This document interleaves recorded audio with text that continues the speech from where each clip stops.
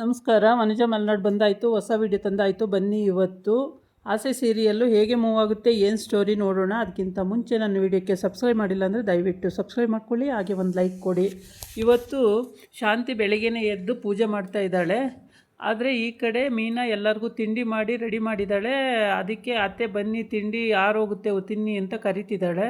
ಅದಕ್ಕೆ ಏನೇ ನೀನು ಒಂದು ಪೂಜೆ ಮಾಡೋಕ್ಕೂ ಬಿಡಲ್ವಲ್ಲೇ, ಅರ್ಜೆಂಟ್ ಮಾಡ್ತೀಯಲ್ಲೇ, ತಿಂದು ನೀನೇ ಕುಕ್ಕುರ್ ಬಡಿಯೇ, ನನಗೇನಕ್ಕೆ ಕರಿತೀಯ, ಹಾಗೆ ಹೀಗೆ ಅಂತ ಬೈತಾಳೆ.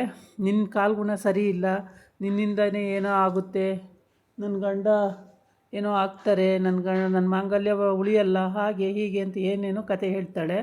ಆಮೇಲೆ ಈ ಕಡೆ ಬಂದು ಪ್ರಸಾದ ತಿಂತ ಬರ್ತಾ ಇರ್ತಾನೆ. ಸ್ವಲ್ಪ ಶುಗರ್ ಏರುಪೇರು ಆಗಿ ತಲೆ ತಿರುಗಿ ಬಿದ್ದೋಗ್ಬಿಡ್ತಾನೆ ರಂಗನಾಥ. ಆವಾಗ ತಾರಾ ಫಸ್ಟು ತಲೆ ತಿರುಗಿ ಬೀಳೋ ಸ್ಟೇಜಲ್ಲಿದ್ದಾಗ ಅವನು ಇಟ್ಕೊಂಡಿದ್ದ. ಈಗ ಅವಳು ಅಷ್ಟು ದೂರ ಹೋಗಿರ್ತಾಳೆ. ಅಷ್ಟರೊಳಗೆ ಇವನು ಬಿದ್ದಿದ್ದು ನೋಡ್ಬಿಟ್ಟು ಓಡಿ ಬರ್ತಾಳೆ. ಓಡಿ ಬಂದು ಅವನನ್ನು ಹೇಳಿ ಯಾಕೆ ಬಿದ್ದ್ರಿ ಹೇಳಿ ಅಂತೇಳಿ ಅವನನ್ನು ತಗೊಂಡು ಹಾಸ್ಪಿಟ್ಲಿಗೆ ಕರ್ಕೊಂಡು ಹೋಗ್ತಾಳೆ. ಹಾಸ್ಪಿಟ್ಲಿಗೆ ಕರ್ಕೊಂಡೋಗಿ ಅಡ್ಮಿಂಟ್ ಮಾಡಿರ್ತಾಳೆ. ಆಮೇಲೆ ಟ್ರೀಟ್ಮೆಂಟ್ ನಡೀತಾ ಇರುತ್ತೆ.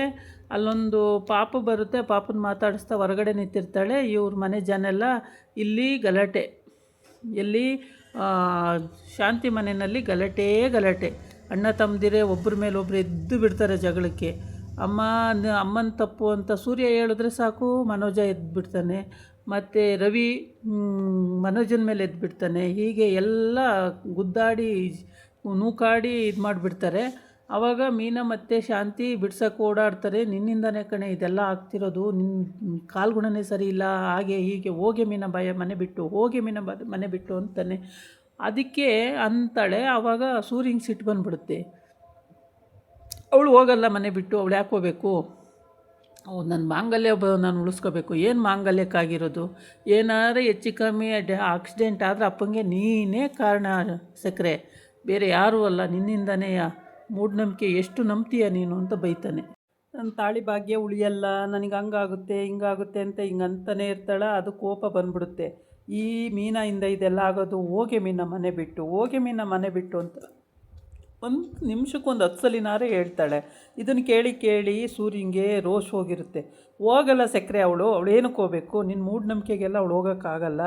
ಹೆಚ್ಚು ಕಮ್ಮಿ ಏನಾರು ಅಪ್ಪಂಗಾದರೆ ನೀನೇ ಯಾವಾಗ ನೋಡಿದ್ರು ಹಂಗೆ ಅಂತಲೇ ಇರ್ತೀಯ, ನಿನ್ನಿಂದನೇ ಆಗೋದು ಅಂತ ಹೇಳಿ ಮಾತಾಡ್ತಾ ಇರ್ತಾರೆ, ಜಗಳಾಡ್ತಿರ್ತಾರೆ, ದೂಕಾಡ್ತಿರ್ತಾರೆ, ಗುದ್ದಾಡ್ತಿರ್ತಾರೆ. ಅಷ್ಟೊತ್ತಿಗೆ ಫೋನ್ ಬರುತ್ತೆ. ಮೀನಾ ಇದೆಲ್ಲ ಬಿಟ್ಬಿಟ್ಟು ಈಗ ಫೋನ್ ಬರ್ತಾಯಿದೆ, ಫೋನ್ ಎತ್ತಿ ಅಂತ ಹೇಳ್ತಾಳೆ. ಆಮೇಲೆ 2ನೇ ಸಲ ರಿಂಗ್ ಆದಾಗ ಫೋನ್ ಎತ್ತಿದಾಗ ಅವ್ರ ಅಪ್ಪನ ಫ್ರೆಂಡು, ಹಿಂಗೆ ನಿಮ್ಮ ಅಪ್ಪಂಗೆ ಆಕ್ಸಿಡೆಂಟ್ ಆಗಿದೆ, ಇಂಥ ಹಾಸ್ಪಿಟ್ಲಲ್ಲಿದ್ದಾರೆ ಅಂತ. ಏನಂತೆ ಅಂತ ಕೇಳ್ತಾನೆ. ಹಿಂಗೆ ಕೇಳ್ತಾರೆ ಎಲ್ಲರೂ, ಹಿಂಗೆ ಅಪ್ಪಂಗೆ ಆಕ್ಸಿಡೆಂಟ್ ಆಗಿದೆಯಂತೆ, ಇಂಥ ಹಾಸ್ಪಿಟ್ಲಲ್ಲಿದೆ ಅಂತ. ಏನು ತುಂಬ ಏಟಾಯ್ತಂತ, ಹಂಗೆ ಅಂದರೆ ಏನೋ ಗೊತ್ತಿಲ್ಲ ಅಂತ. ಎಲ್ಲ ಈ ಮೀನನಿಂದನೇ, ಮೀನಾ ನೀನು ಸರಿ ಇಲ್ಲ ಕಣೆ ಅಂತ ಮನೋಜ್ ಹೇಳ್ತಾನೆ. ಮನೋಜಿಗೆ ಬಿಡ್ತಾನೆ 4 ಸರಿಯಾಗಿ ಒದೆಯ. ಆಮೇಲೆ ಶಾಂತಿ ಇವಳು ಕಾಲ್ಗುಣ ಸರಿ ಇಲ್ಲ, ಅವ್ರು ಹೇಳಲಿಲ್ವಾ ಹಂಗೆ ಹಿಂಗೆ ಅಂತಾಳೆ. ಸುಮ್ಮನಿದ್ರೆ ಸರಿ ಶಾಂತಿ, ನನಗೆ ಸಿಟ್ಟು ಬರೆಸ್ಬಾರ್ದು, ಮಾತ್ರ ಸುಮ್ಮನೆ ಎದ್ದು ಬಿಡಬೇಕು ಅಂತಾಳೆ. ಆಯಿತಾ, ಎಲ್ಲರೂ ಹಂಗೆ ಇದು ಮಾಡಿಕೊಂಡು ಕೊನೆಗೆ ಹಾಸ್ಪಿಟ್ಲಿಗೆ ಮನೋಜ, ನನಗೇನೋ ಇಂಪಾರ್ಟೆಂಟ್ ಮೀಟಿಂಗ್ ಇದೆ, ನಾನು ಬರಲ್ಲ, ಏನಾರ ಅಪ್ಪ ತೀರೋದ್ರೆ ಹೇಳಿ ಅಲ್ಲಿ ಬರ್ತೀನಿ ಅಂತ ಹೋಗಿ ಇನ್ನೊಂದು 2 ಕೊಡ್ತಾರೆ ಸರಿಯಾಗಿ. ಆಮೇಲೆ ಎಲ್ಲರೂ ಹಾಸ್ಪಿಟ್ಲಿಗೆ ಹೊರಡೋಣ ಅಂತ ಓಡಿ ಬರ್ತಾರೆ ಹಾಸ್ಪಿಟ್ಲ್ ಹತ್ರಕ್ಕೆ. ಆವಾಗ ಐಶುವಲ್ಲಿ ಇರ್ತಾನೆ ರಂಗನಾಥ. ಒಳಗಡಿಗೆ ಬಿಡಲ್ಲ, ಒಳಗಡಿಕೆ. ಆಮೇಲೆ ಪ್ರಜ್ಞೆ ಬಂದಿರುತ್ತೆ, ಯಾರು ಬಂದಿದ್ದಾರೆ ನಮ್ಮ ಕಡೆಯವರು ಅಂದಾಗ ಎಲ್ಲರೂ ಬಂದಿದ್ದಾರೆ. ಸರಿ ಮೀನಾ ಕರೀರಿ, ಮೀನಾ ಅಂತಲೇ ಇರ್ತಾನೆ ಯಾವಾಗಲೂ, ಮೀನನ್ನು ಕರೀರಿ ಅಂತ. ಆಮೇಲೆ ಮೀನಾ ಅನ್ನೋರು ಯಾರು ಇಲ್ಲಿ ಅಂತ ಬಂದು ಕೇಳ್ತಾರೆ. ನಾನು ಅಂತ ಹೇಳ್ತಾಳೆ. ನಿಮ್ಮನ್ನು ಕರಿತಾ ಇದ್ದಾರೆ, ನೀವು ಬರಬೇಕಂತೆ ಅಂತ. ಈ ಕಡೆ ತಾರಾ ಮಗುನ ಮಾತಾಡಿಸಿ ಮುದ್ದಾಡಿ ಈ ಕಡೆ ಬರ್ತಾಳೆ. ಆಮೇಲೆ ಕೈಗೆ ಅವಳಿಗೂ ಸಿಕ್ಕಾಬಟ್ಟೆ ಏಟಾಗಿರುತ್ತೆ. ಅವಳು ಇನ್ನೂ ಔಷಧಿ ಹಾಕಿಸ್ಕೊಂಡೇ ಇರಲ್ಲ. ಅವ್ರ ಅಪ್ಪನ ಅಡ್ಮಿಟ್ ಮಾಡ್ಕೊಂಡು ಅಲ್ಲೇ ಇರ್ತಾಳೆ. ಆಮೇಲೆ ರಂಗನಾಥ್ಗೆ ಹೇಳ್ತಾನೆ, ರಂಗನಾಥನ ಫ್ರೆಂಡಿಗೆ ಹೋಗಿ ಶಾಂತಿ ಬೈತಾ ಇರ್ತಾಳೆ. ಅದಕ್ಕೆ ರಂಗನಾಥನ ಫ್ರೆಂಡ್ ಹೇಳ್ತಾನೆ, ನಾನಲ್ಲ ಅಡ್ಮಿಟ್ ಮಾಡಿದ್ದು ಆ ಹೆಣ್ಮಗು, ನಾನು ಬರೋ ಹೊತ್ತಿಗೆ ಆ ಹೆಣ್ಮಗು ಅಡ್ಮಿಟ್ ಮಾಡಿತ್ತು, ಅದಕ್ಕೆ ಥ್ಯಾಂಕ್ಸ್ ಹೇಳಬೇಕು ನನಗಲ್ಲ ಅಂತ. ಆಗ ಮೀನಿಗೆ ಬೈತಾ ಇರೋದಕ್ಕೆ ರಂಗನಾಥ ಫ್ರೆಂಡು, ಯಾವಾಗಲೂ ಮೀನಿಗೆ ಏನಕ್ಕಮ್ಮ ಬೈತೀಯಾ? ನೀನು ಸರಿಯಾಗಿದ್ದರೆ ನಿನ್ನ ಎಲ್ಲ ನೆಗೆಟಿವ್ ಪಾಯಿಂಟೇ ಹಾಕ್ಕೊಳ್ತೀಯ. ನೀನು ಸರಿಯಾಗಿದ್ದರೆ ಎಲ್ಲವೂ ಸರಿ ಆಯ್ತವೆ. ನೀನು ಫಸ್ಟ್ ಆ ವಿಷಯ ಮಾತಾಡೋದು ಬಿಡು ಅಂತ ಹೇಳ್ತಾನೆ. ನೀವು ನನ್ನ ಗಂಡನ ಫ್ರೆಂಡ್ ಅಲ್ಲದ ಹೋಗಿದ್ರೆ ಸರಿ ಬೈತಿದ್ದೆ, ಅವರಾಗೋದು ಸುಮ್ಮನಾಗಿದ್ದೀನಿ ಅಂತ. ನಾನು ಅಡ್ಮಿಟ್ ಮಾಡಿದ್ದೀರಾ ತಂದು ಅಂತ ಸುಮ್ಮನಾಗಿದ್ದೀನಿ, ನಾನೆಲ್ಲ ಅಡ್ಮಿಟ್ ಮಾಡಿದ್ದು ಆ ಹೆಣ್ಮಗು ಅಂತೇಳಿ. ಆಗ ಆ ಕಡೆ ನೋಡ್ತಾರೆ, ಹೆಣ್ಮಗು ಅವಳು ತಾರ. ಆಮೇಲೆ ತಾರಂಗೆ ಹೋಗಿ ಒಳ್ಳೆ ನನ್ನ ಗಂಡನ ಅಡ್ಮಿಟ್ ಮಾಡಿ ತುಂಬ ಒಳ್ಳೆ ಕೆಲಸ ಮಾಡಿದೆ ಅಮ್ಮ, ಥ್ಯಾಂಕ್ಸ್ ಅಂತ ಹೇಳ್ತಾಳೆ. ಅವನಿಗೆ ಒಂಥರ ಈ ಸೂರ್ಯಂಗೆ ತಂಗಿ ಅಲ್ವಾ, ಒಂಥರ ಎದೆ ಕಿವುಚಿದಂಗೆ ಆಗುತ್ತೆ. ಸೂಪರ್ ಅಂತೇಳಿ ಅವನು ಥ್ಯಾಂಕ್ಸ್ ಅಂತ ಹೇಳ್ತಾನೆ.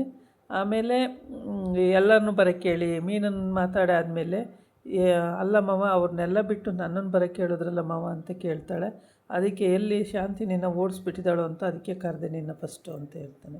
ಸರಿ ಅಂತ ಹೇಳ್ಬಿಟ್ಟು ಅವ್ರನ್ನೆಲ್ಲ ಕರಿ ಅಂತ ಕರೆದ್ರೆ, ನನಗೇನು ಅಂತ ಏಟಾಗಿಲ್ಲ, ಯಾರು ವರಿ ಮಾಡ್ಕೊಳ್ಳೋ ಅಂಥದ್ದಿಲ್ಲ ಅಂತ ಡಾಕ್ಟ್ರ್ ಹೇಳ್ತಾರೆ. ಸ್ವಲ್ಪ ಚಿಕ್ಕ ಪುಟ್ಟ ಏಟಾಗಿದೆ, ಆದರೆ ಟ್ರೀಟ್ಮೆಂಟ್ ಮಾಡಿ ಸರಿ ಹೋಗುತ್ತೆ. ನೀವು ಇಲ್ಲಾರು ಬಿಡ್ಬೋದು ಹಾಸ್ಪಿಟ್ಲಲ್ಲಿ, ಇಲ್ಲಾಂದ್ರೆ ಮನೆಗಾರು ಕರ್ಕೊಂಡು ಹೋಗ್ಬೋದು ಅಂತ ಹೇಳ್ತಾರೆ. ಆಗ ಮನೆಗೆ ಕರ್ಕೊಂಡು ಹೋಗ್ಬಿಡ್ತೀವಿ ಅಂತ ಹೇಳ್ತಾನೆ ರವಿ. ಸರಿ ಮನೆಗೆ ಕರ್ಕೊಂಡು ಹೊರಡೋದು ಅಂತ ಆಯಿತು. ಡಾಕ್ಟ್ರಿಗೆಲ್ಲ ಹೇಳಿ ಮನೆಗೆ ಹೋಗೋದು ಅಂತ ಆಗಿರುತ್ತೆ. ಮನೆಗೆ ಬಂದಿಲ್ಲ ಇನ್ನೂ. ಆದರೆ ಶಾಂತಿ ಫಸ್ಟು ಶಾಂತಿ ಹತ್ರ ಮಾತಾಡಬೇಕು ಅಂತ ಮತ್ತೆ ಶಾಂತಿ ಕರೀತಾನೆ. ಶಾಂತಿ ಕರೆದುಬಿಟ್ಟು, ನೋಡು ಮೀನ ಮನೆಗೆ ಬಂದರೆ ಮಾತ್ರ ನಾನು ಮನೆಗೆ ಬರ್ತೀನಿ, ಇಲ್ಲಾಂದ್ರೆ ಮನೆಗೆ ಬರಲ್ಲ ಅಂತ ಹೇಳ್ತಾನೆ. ಅವಳು ಬರೋದು ಬೇಡ ನನ್ನ ಮನೆಗೆ, ಅವಳು ಹೋಗಲಿ ಅಂತ. ಅವಳು ಹೋದರೆ ನಾನು ಬರಲ್ಲ ಅಂತ. ನೀವು ಯಾವತ್ತಿದ್ರೂ ಬರಲೇಬೇಕು ತಾನೆ? ಇಲ್ಲ ಯಾವತ್ತೂ ಬರಲ್ಲ, ನಾನು ಆಶ್ರಮಕ್ಕೆ ಹೋಗಿ ಸೇರ್ಕೋತೀನಿ. ಆಗ ಅವಳು ವಿಧಿ ಇಲ್ಲ, ಮೀನನ್ನು ಮನೆಗೆ ಬರಲೇಬೇಕು ಅಂತ ಹೇಳಲೇಬೇಕಾಗುತ್ತೆ, ಅವಳೇ ಕರಿಬೇಕಾಗುತ್ತೆ. ಈ ಎಪಿಸೋಡಲ್ಲಿ ತುಂಬಾ ಇಂಟ್ರೆಸ್ಟಿಂಗ್ ಆಗಿರೋಂಥ ಕತೆ ಇದು. ಯಾರು ಎಲ್ಲೂ ಸ್ಕಿಪ್ ಮಾಡ್ದಂಗೆ ಪೂರ ನೋಡಿ, ನಿಮಗೆ ಕೂಡ ಅರ್ಥ ಆಗುತ್ತೆ. ತುಂಬ ಚೆನ್ನಾಗಿದೆ ಈ ಕತೆ, ತುಂಬ ಚೆನ್ನಾಗಿ ಮಾಡ್ಕೊ ಹೋಗ್ತಿದ್ದಾರೆ. ಇದಾಗಿತ್ತು ಇವತ್ತಿನ ವೀಡಿಯೋ. ನಾಳೆ ಇನ್ನೊಂದು ವೀಡಿಯೋ ಜೊತೆ ಬರ್ತೀನಿ. ನಮಸ್ಕಾರ.